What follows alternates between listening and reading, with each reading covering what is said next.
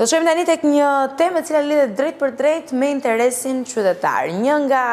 problemet më të mëdha të shoqërisë shqiptare është fatura e energjisë elektrike në fund të muajit, kështu që secili bën ato hapat e vet për të kursyer. Ndoshta është duke i bërë gabim. Këtë e mësojmë dhe diskutojmë më tej me zotin Ulzim Sylla, inxhinier, kam në lidhje të drejt për drejt. Në këtë moment zoti Sylla ju përshëndes, faleminderit që jeni me mua këtë mëngjes. Mirëmëngjes, përshëndetje, faleminderit për ftesën. Inxhinier, besoj që ju e dini që për shkak të profesionit tuaj që shumë qytetar blejnë ndonjëherë emocionalisht dhe herë të tjera edhe vetëm estetikisht, pa pasur shumë bazë informacioni lidhur me pajisjet elektrike që do të përdorin në shtëpitë e tyre. Për ta ndryshuar këtë lloj qasjeje, çfarë do të sugjeronit për blerësin shqiptar? Se përket çështjes së vetëdijësimit, çon shumë peshë dhe është shumë pyetje me rëndësi. Kjo ka të bëjë me edukimin që nga fëmijëria, që nga kopshti, se si duhet ta kursejmë energjinë, cilat pajisje konsumojnë më tepër energji, cilat më pak, cilat janë më eficiente. Kjo duhet futet edhe në kuadër të kurikulave të shkollave profesionale, shkollave të zakonshme, që nga shkolla fillore deri tek shkollat e mesme edhe fakultetet, me qëllim që këtë një material sado që ndërlidhet në kuadër të kurikulave, një faqe, 2, 5, do të jenë të mirëshënura për shkak se fëmiu i rrituri rritet me atë mentalitet që duhet kursej edhe duhet ta shfrytëzoj pajisjen me eficiencë, deri tek institucionet shtetërore të cilat e kanë obligim që të promovojnë përmes mediave sociale, përmes mediave televizive, vizuale edhe radiove, modelet edhe formatet edhe pajisjet e duhura të cilat janë më eficiente, pastaj i mbetet konsumatorit që të vendosë cilat pajisjet dëshiron t'i blejë. A dëshiron t'i blejë ato që janë më estetike dhe më të shtrejta, ndoshta jo eficiente, apo dëshiron t'i blejë ato që janë më efikase dhe më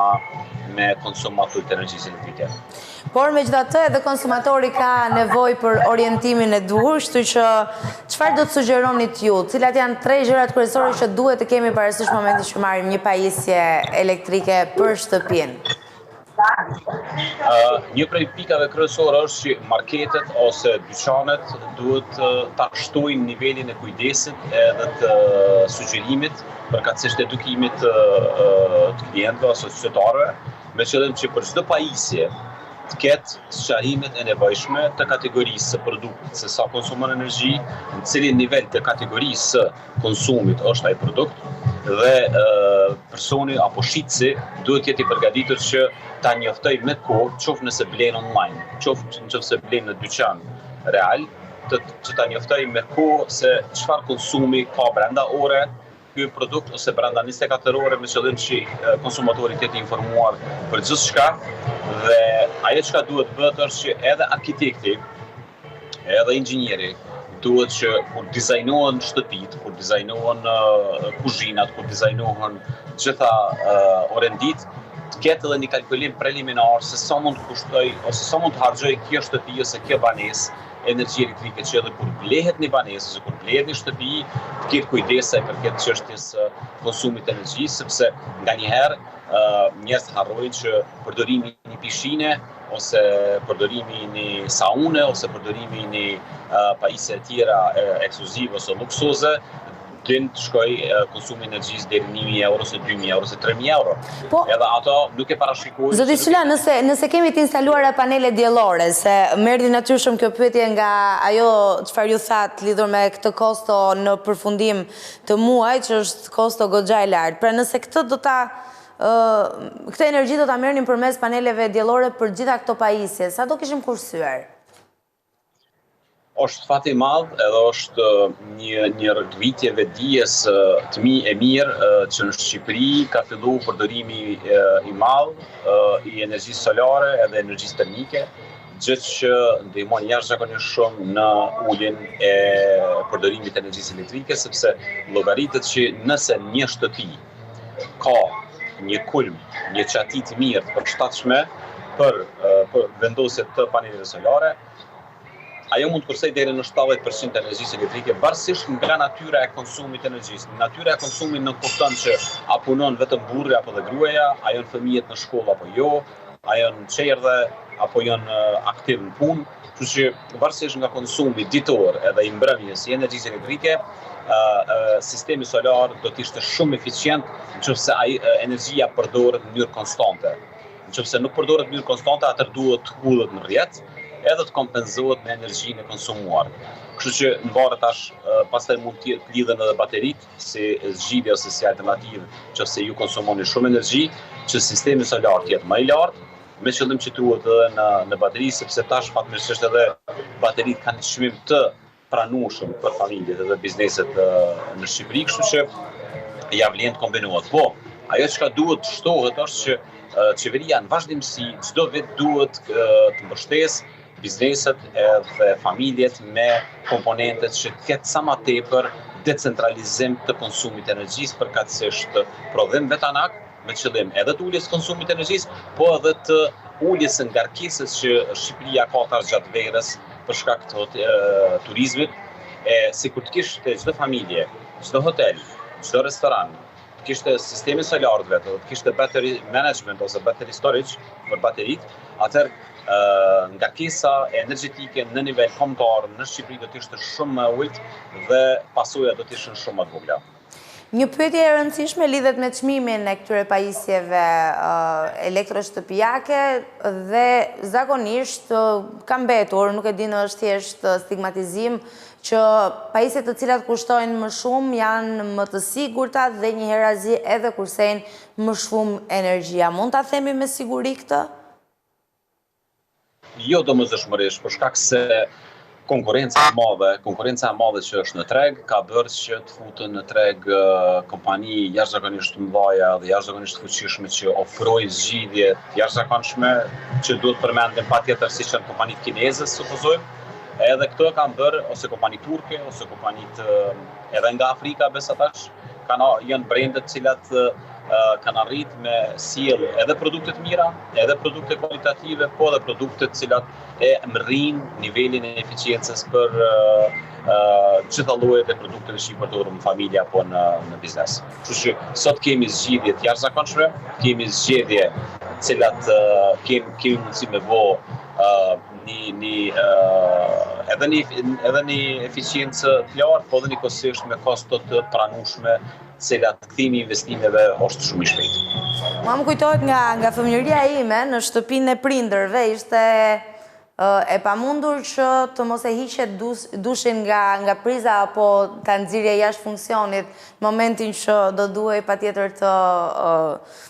të kurseje energjit, paktën kështu ishte. Ka pasur disa veprime që ne i bënim her pas here duke pretenduar që po kursenim energji. Cilat janë gabimet më të shpeshta që bëjmë, qoftë tek kondicioneri, qoftë tek pajisjet të tjera të cilat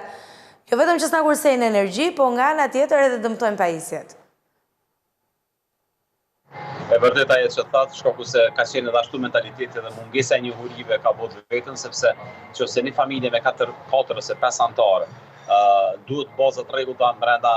çdo ditë ose çdo 2 ditë pastrohet, të them kështu praktikisht,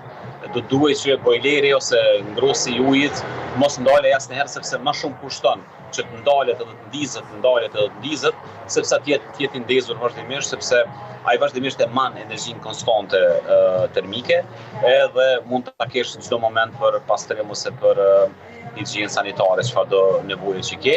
ndërsa në anën tjetër patjetër që ka hapësirë jashtëzakonshme për me ul konsumin e energjisë. Për marr vetëm një shembull konkret. Tek pajisjet që janë për ftohje ngrohje, sidomos për ftohje gjatë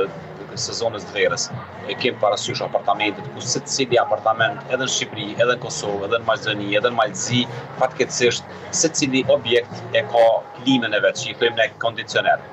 Ajo është fatale për ekonominë e vendit për shkak se për dy arsye. Në një, kemi konsumu jashtëzakonisht, kemi shpenzuar shumë, edhe e dyta nuk është zgjidhje adekuate sepse është e koncentruar vetëm në një zonë të dhomës ose të apartamentit, ndërsa çka do duhet bënte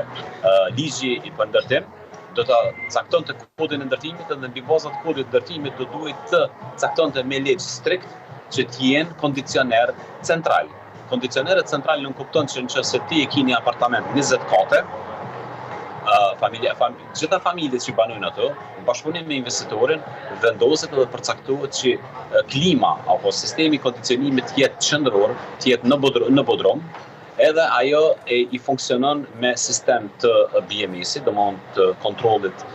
automatik, që secila shtëpi vetëm aq sa ka nevojë të ketë freski të përdor termometrin për nevojat veta. Jo çdo herë, çdo kush lëshoj klimën, kondicionerin, sepse kjo konsumon edhe shumë energji, edhe nuk është efikase, edhe është e rrezikshme për çështjet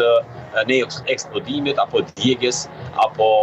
mos pastrimit edhe mos mirëmbajtjes. Domethënë ka shumë faktorë që ne jemi të dëmtu veten, ju keni mujt me vrejt në vende të tjera të Evropës, ku nuk shihni kondicioner jashtë, sepse është ndaluar me vendos kondicioner në për objekte, po duhet të jetë kondicioneri central. E këtu e kemi humbur një shans, një mundësi ideale, gjithë ato ndërtimet që janë bën në Tiranë, në Shqipëri, në Kosovë dhe vende të tjera, që nuk kem arrit me me diskutu bashkë me ndërtuesit, me investitorët që kondicionerët duhet të jenë central dhe jo të jenë të decentralizuar. Dhe për sa kohë i kemi kondicionerët secili më vete në shtëpit tona, do doja patjetër t'ju pyesja lidhur me disa këshilla praktike që do i jepni të çdo qytetari që na dëgjon në këto momente. Për shembull, një nga gjërat që unë kam dëgjuar është të kemi kujdes momenti që ndezim kondicionerin, mos mbajmë dritaret hapur, se nuk e di nëse ndikon tek energjia apo tek dëmtimi i pajisjes, por po ju pyes ju zoti Syla. Po patjetër, e para duhet që fillimisht mirëmbajtja përkatësisht pastrimit bëhet në baza të rregullta. Që është shumë e rëndësishme sepse ka të bëjë edhe me shëndetin tonë që mund të krijojnë edhe alergji të ndryshme, astma, edhe shumë probleme tjera sepse ajo grumbullon sasi konsiderueshme të lartë të bakterieve edhe të elementeve tjera kimike që ne nuk i shohim me sy, po ato brenda ditës, gjatë javës, gjatë muajit grumbullojnë dhe janë shumë të rrezikshme për fëmijët edhe për të vjetrit, për shkak se duhet pastrim i ajrit. E dyta, asesi si shetati nuk guxon që të hapet kondicioneri dhe nikosisht hapet dhe dritaria sepse s'ka kuptim, sepse aftësia e saj është që të krijojë një ambient të freskët, nëse gjithçka është e mbyllne edhe ai e kryen punën e vet. Edhe e treta është që duhet që asnjëherë temperaturat mos të jenë as minimale, po as nuk të jenë maksimale, sepse nuk e rrin eficiencën e vet. Vetëm mundohet pajisja, po nuk e arrin aspektin e eficiencës më të lartë. Kështu që duhet të jetë mes masës 90-95% të tentohet të arrihet ajo ç'a synohet, jo 100%. Dhe e fundit fare, të kthehemi pak edhe te konsumatorët biznese. Sipas jush, çfarë pajisjesh mund të përdorin që të jenë efikase? Cilat janë sugjerimet? Sikurse shtëpitë dhe bizneset,